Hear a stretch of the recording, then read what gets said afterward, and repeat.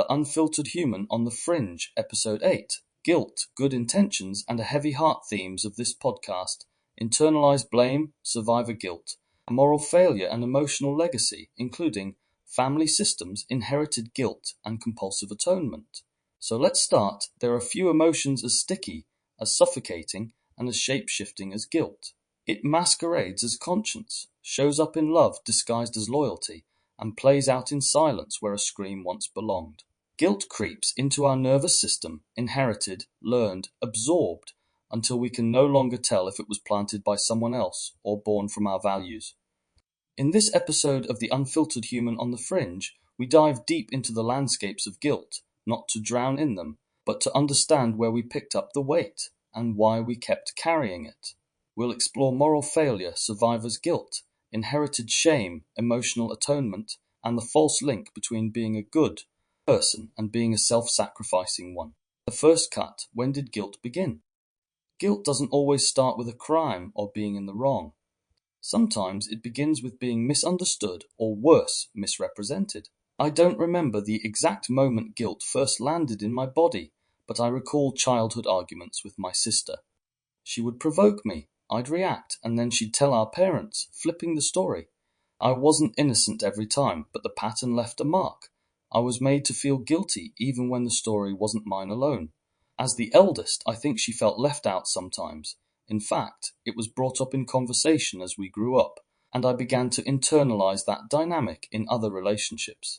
I became someone who inspired, supported, and uplifted, but I was also drawn to people who demanded constant emotional energy. When I set boundaries, wanted space, or simply sought peace, I was accused of being distant, uncaring, or even unfaithful. The guilt was layered: guilt for being misunderstood, guilt for needing space, guilt for not being who they needed me to be. And yet, I've always known when I've truly done wrong, and I do my best to hold myself accountable. But it took time to realize that guilt always a sign of wrongdoing. Sometimes it's a sign of misalignment, of giving in to someone else's script just to avoid their discomfort. Psychological insight. Guilt is often first shaped in childhood through interpersonal feedback loops, especially in families where fairness is unevenly applied.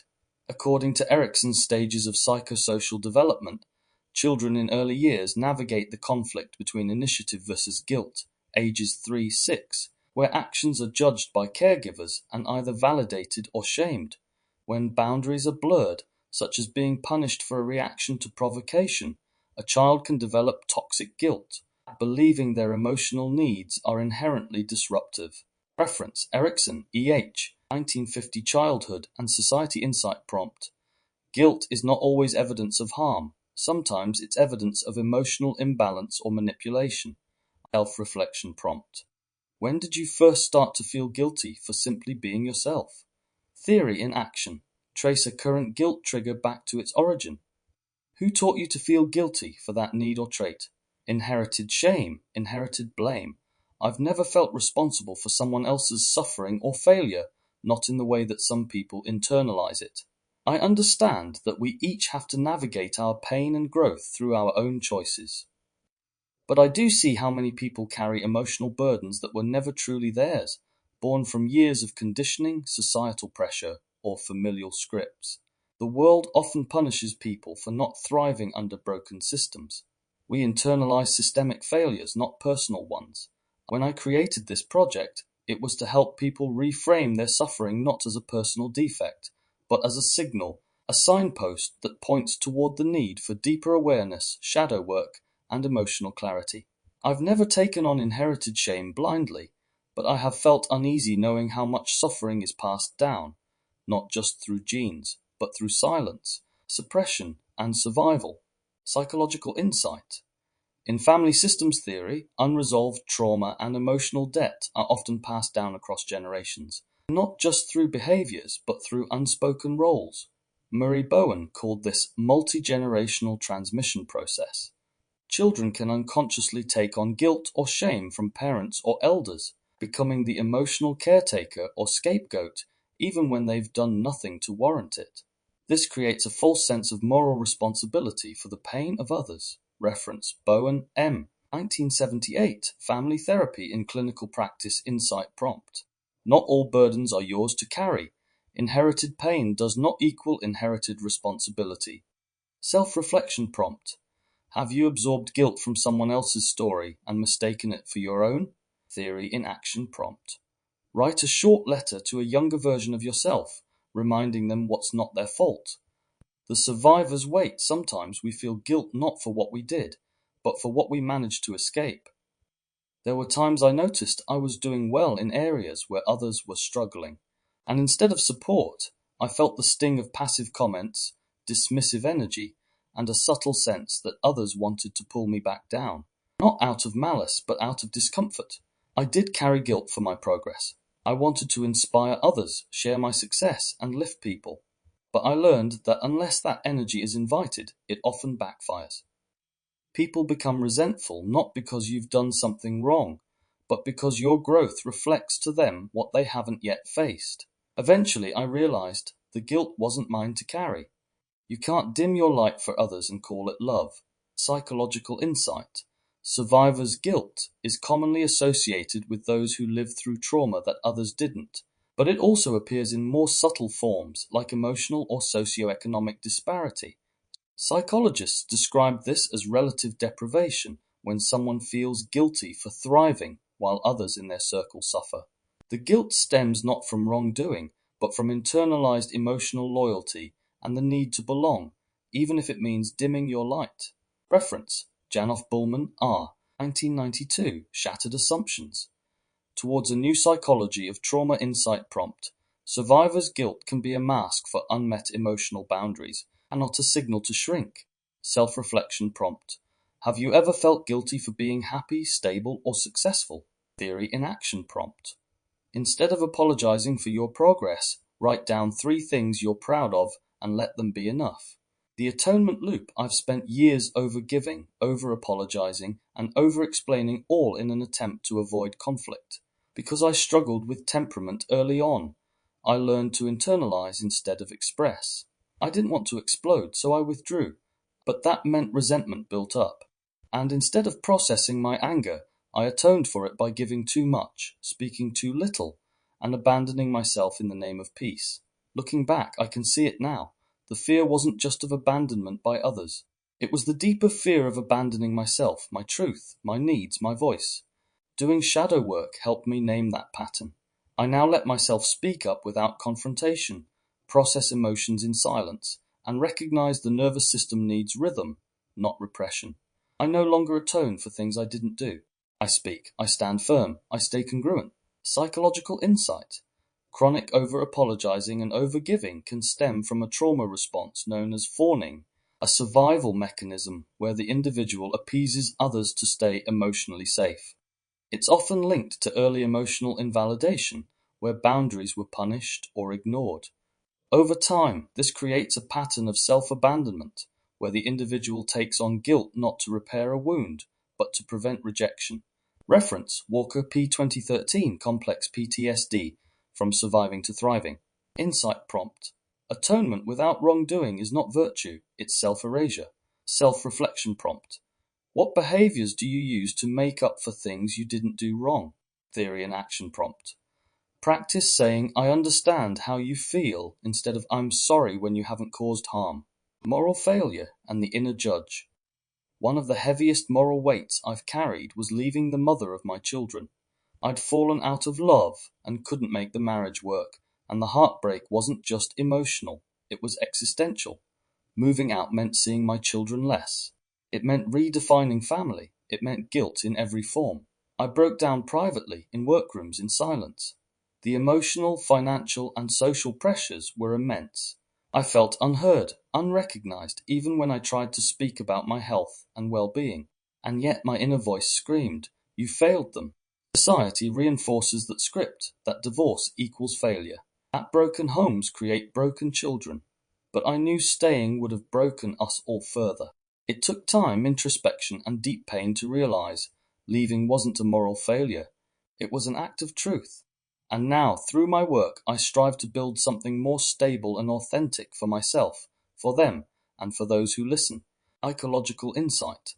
What we perceive as moral failure is often shaped by introjected social scripts, internalized cultural or familial beliefs about what's acceptable or shameful. These become part of the superego, as described in Freudian theory, and fuel an internal critic that punishes us long after the event has passed. When these judgments are not integrated with compassion, they can manifest as lingering shame and psychosomatic symptoms, e.g., fatigue, emotional shutdown. Reference: Freud S. 1923, The Ego and the ID Insight prompt. What looks like moral failure is often moral honesty. Self-reflection prompt. What failure in your life was a turning point toward truth? Theory and action prompt. Write about a time you honored your truth, even if others misunderstood it. Family systems and unspoken codes. I was around 4 or 5 at my nonno's birthday. Nonno is the word for grandfather in Italian. I sang happy birthday while standing directly in front of him, but no one seemed to notice or hear except my dad. Other members of the family, including Nonno, accused me of not singing, and I was crushed. I got defensive, shouted, and stormed off.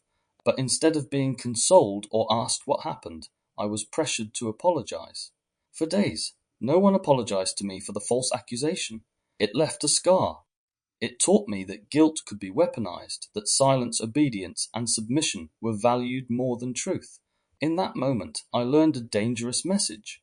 It's better to apologize and smooth things over than to speak up for yourself and be seen as difficult. But I see now how that moment connects to so many others, where guilt became a silencer and forgiveness was forced. A psychological insight. Families often operate through unspoken emotional rules, which psychologist Salvador Minuchin called covert coalitions. These are dynamics where power, loyalty, and blame are distributed unevenly, often to maintain harmony at the expense of truth. In this structure, guilt can become a tool for conformity, especially in collectivist or tightly bonded families, where emotional honesty is secondary to compliance. Our reference: Minuchin, S. 1974, Families and Family Therapy. Insight prompt. Family guilt is often enforced through emotional loyalty, not truth. Self-reflection prompt. Were there rules in your childhood about who was allowed to express pain or be right? Theory in action prompt. Challenge one family rule this week, either in conversation or silently within yourself. G. Wilt versus responsibility. The alchemy of growth. Now, I separate guilt from true responsibility. I own what I do, and I refuse to carry what isn't mine. I approach others with fairness, humility, and a willingness to listen and learn. I do the same for myself. If I mess up, I reflect, course correct, and stay accountable. That's it. No shame spiral and no endless atonement. W. When others wrong me, I seek clarity, not revenge. And when I cause harm, I check myself, apologize with integrity, and move forward. This is how I avoid resentment. This is how I avoid ego. This is how I live in truth. We don't grow by carrying guilt like a badge. We grow by becoming more honest with ourselves and each other. Psychological insight. Psychological healing involves transforming toxic guilt into authentic accountability. According to existential psychology, this process allows individuals to live more freely by facing life with radical honesty and self-responsibility, without shame. Viktor Frankl emphasized that meaning-making is essential in suffering. When guilt is framed as a signpost, not a sentence, it becomes a catalyst for growth and connection, rather than a chain to past identity. Reference: Frankl v. 1959, Man's Search for Meaning. Insight prompt: Responsibility heals. Guilt distorts. Choose healing. Self-reflection prompt: What guilt can you release today because it was never yours to begin with? Theory and action prompt: This week, when a guilty thought arises, pause and ask, is this my truth or someone else's expectation? Releasing the weight that was never yours. Guilt is a shapeshifter. It can masquerade as love, as duty, as care. But left unchecked, it becomes a tether, binding us to old stories, false identities, and inherited expectations. In this episode, we've explored how guilt isn't always about what we've done, but who we've been told to be. The good child, the selfless partner, the strong one who never breaks. But guilt that's rooted in fear or control doesn't lead to growth. It leads to self-abandonment. True responsibility, on the other hand, invites us back to ourselves. It asks us to own what's ours, make amends when needed, and release what isn't ours to carry. He hats the alchemy, transforming guilt into growth and blame into clarity. You are not here to atone for your existence. You are not here to inherit the emotional debt of those who couldn't face their own. You are here to live fully, freely, and honestly. Elle est the Gilgo. Keep the wisdom.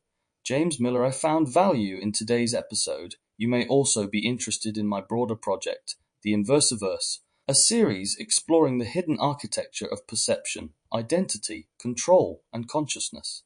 Across 20 episodes, The Inversiverse dissects indoctrination, language, media manipulation, dark psychology, belief systems, and the evolution of self in the digital age. You can find all episodes of The Inversiverse on Facebook, YouTube, Rumble, and Substack by searching this place called Earth. His ideas aren't shared to convince you, but to invite you to think, feel, and perceive more consciously in a world designed to keep you distracted. Overview of the Inversiverse, a journey through the mirrors of mind, culture, and control. Episodes 1 to 3 introduce foundational ideas around indoctrination, perception, and manipulation. Episode 4 explores how language, symbols, and cultural norms are used to shape thought. Episode 5 investigates control systems, media narratives, and the illusion of choice. Episodes 6 to 7 dives into collective belief structures and the psychology of mass behavior. Episode 8 focuses on marketing, control theory, game theory, and critical thinking. Episode 9 covers love, relationships, human mating, gender dynamics, and red-blue pill ideologies. Episode 10 unpacks dark psychology, the occult, Satanism, and the dark triad personality types. Episode 11 The Simulated Self examines identity, ego, and the rise of post-human consciousness. Episode 12 The Spell of the Mind inquires into language, illusion, and physiology of thought. Episode 13 Conscious Seduction journeys through persuasion, propaganda, and the unseen forces of the mind. Episode 14 The Myth of Sanity sheds light on madness, genius, and the edge of perception. Episode 15 The Algorithmic Mind probes influence, identity, and invisible architects. Episode 16 The Noise of Knowing reveals overload, obsession, and the age of infinite information. Episode 17 Belief Machines delves further into language, desire, and the engine of reality. Episode 18 Submerged Signals examines how the unseen shapes the self. Episode 19 The Alchemy Within Traces, Food, Frequency, and the Forgotten Intelligence of the Body. Episode 20 Encoded Flesh scrutinizes and opens up to the forgotten language of the body, DNA, and biological consciousness.